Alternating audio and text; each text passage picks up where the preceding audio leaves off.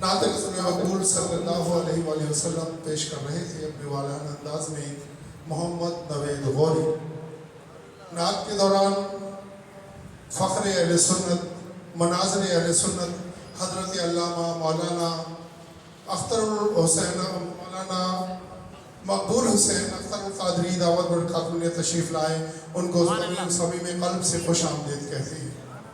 جو ساتھی برآمدے میں بیٹھے برائے مہربانی پنڈال میں تشریف لے آئے صحن میں تو ایک سم بن جائے گا، اور جو آگے پیچھے بیٹھے ہیں وہ برائے مہربانی آگے تشریف لے آئیں تاکہ آنے والوں کے لیے گنجائش نکل جائے اور آسانی سے وہ آگے بیٹھ سکیں۔ پیچھے والے حضرات تھوڑا آگے تشریف لے آئیں۔ اب میں بلا تاخیر چند اشعار کے ساتھ دعوت خطاب دے رہا ہوں۔ قرآن تیری رحمت کا دیوان نظر آتا ہے، قرآن تیری رحمت کا دیوان نظر آتا ہے، آقا تیری صورت اور تیری سیرت کا عنوان نظر آتا ہے، آقا تیری صورت اور تیری سیرت کا عنوان نظر آتا ہے۔ مازاغ ہے آنکھیں تو وہ شمس رخ سرا، مازاغ ہے آنکھیں تو وہ شمس رخ ناصر، قرآن کے چہرے پہ قرآن نظر آتا ہے۔ اسی بارگاہ حضور صلی اللہ علیہ وسلم کے لیے خطاب اپنے نورانی عرفانی بیان کے لیے میں ملتمس ہوں حضرت علامہ مولانا مقبول حسین اختر القادری دعوت برکات عالیہ سے کہ تشریف لائیں، اپنے نورانی عرفان بیان سے ہمارے قلوب کو منور فرمائیں۔ نعروں سے استقبال کیجیے گا۔ نعرہ تکبیر، نعرہ رسالت، نعرہ حیدری۔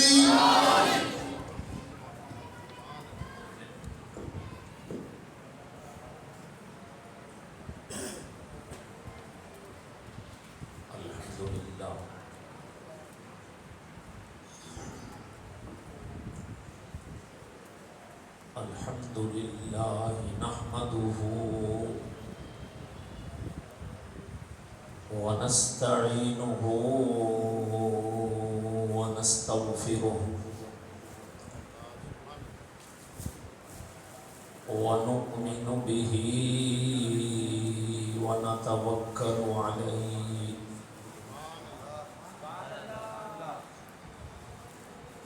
ونعوذ بالله من شرور أنفسنا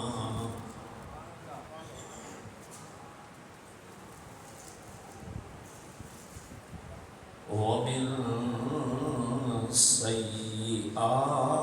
سيئات أعمالنا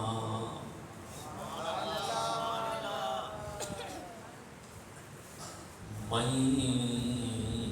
يهده الله فلا مضل له ومن يضلله فلا هادي له ونشهد أن لا إله إلا الله وحده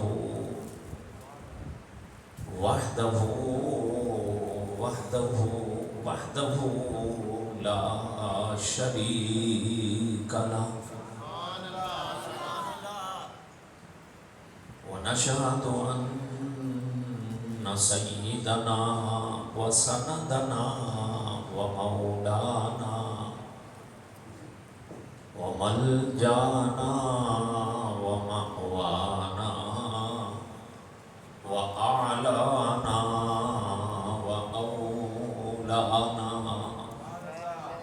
ومولانا محمدا عبده ورسوله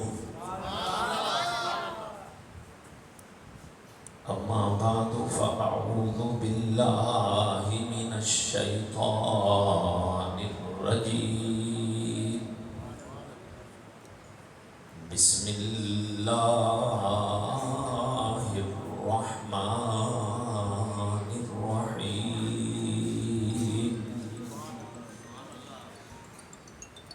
لقد كان لكم في رسول الله أسوة حسنة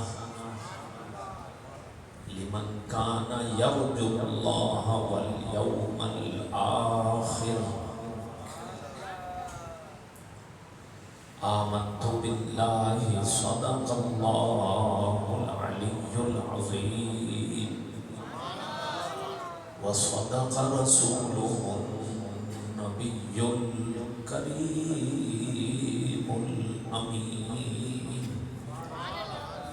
ونحن على ذلك لمن الشاهدين والشاكرين والحمد لله رب العالمين.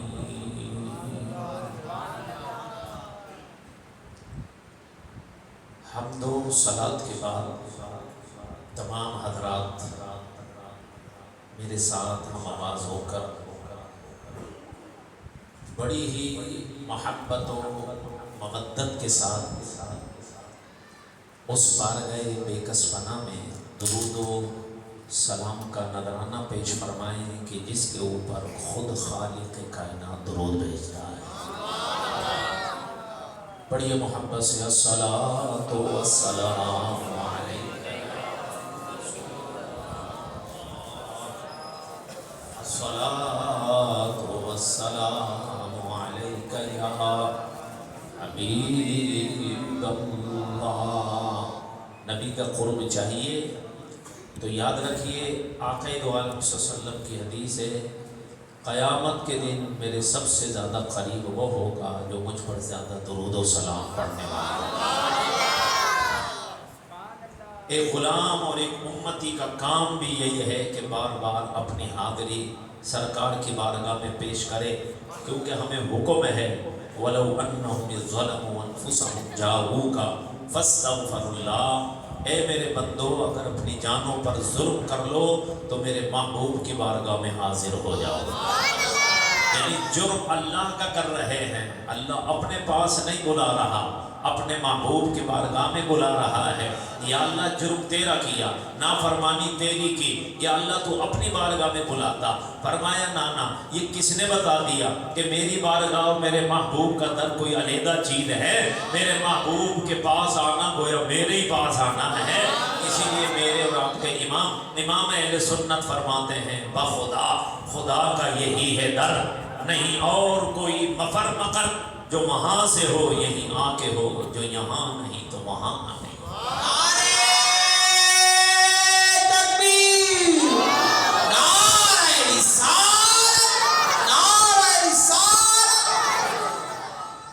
اللہ تعالیٰ ایسی آوازیں ہماری بھی ہو جائیں تو پھر کھل کر ہم بھی رات کیا کھاتے ہیں. ٹھنڈا پانی بھی میرے سامنے پی رہے ہوتے ہیں, بوتل بھی پی جاتے ہیں, چاول بھی کھا رہے ہوتے ہیں, پھر بھی ان کے گلے. اور ہم آپ کی محبت ہے مسلسل سفر کے مہینہ جو اس سے پچھلا مہینہ گزرا ہے نا اعلیٰ حضرت امام اہل سنت کا, بس مسلسل تقریر کرتے کرتے آپ گلے کی حالت دیکھ رہے ہیں. لیکن جو وعدے کر رکھے ہیں اللہ تعالیٰ انہیں نبھانے کی توفیق اور ہمت عطا فرمائے. ابھی یہ مہینہ باقی ہے اور یہ مہینہ ہی کیا, ہم اہل سنت و جماعت کا تو ہر مہینہ ہی ذکر رسول سے در ہوگا. ہم کیوں نہ ان کا ذکر کریں. یہ جو آپ یہاں بیٹھے ہوئے ہیں نا یہ کوئی معمولی بات نہیں, اسے کم اہمیت نہ دیں, یہ بڑی خوش نصیبی ہے. حضرات محترم بے شک لوگ کتنے ہی صحیح, میں نے کہا یہاں رش کرنے کی ضرورت نہیں. میں تو یہ عقیدہ رکھتا ہوں یہ نبی اللہ کے محبوب کی محفل ہے, اس میں آتے وہی ہیں جیسے اللہ بھیج رہا ہوتا ہے. اللہ بھیج رہا ہوتا ہے. جاؤ میرے محبوب کا ذکر ہو رہا ہے, میرے محبوب کی میلاد بیان ہو رہی ہے تو ہم اس کا ذکر کر رہے ہیں, اس ہستی کا ذکر کر رہے ہیں جس کا ذکر رب کائنات فرما رہا ہے. تو رب کائنات ہے وہ اپنے محبوب کا ذکر فرما رہا ہے. تو بتائیے اس وقت ہم کتنی سعادتیں لوٹ رہے ہیں کہ اللہ تبارک و تعالی نے ہمیں اپنے محبوب کے ذکر کے لیے یہاں جمع فرما دیا ہے. دوستان محترم آپ کئی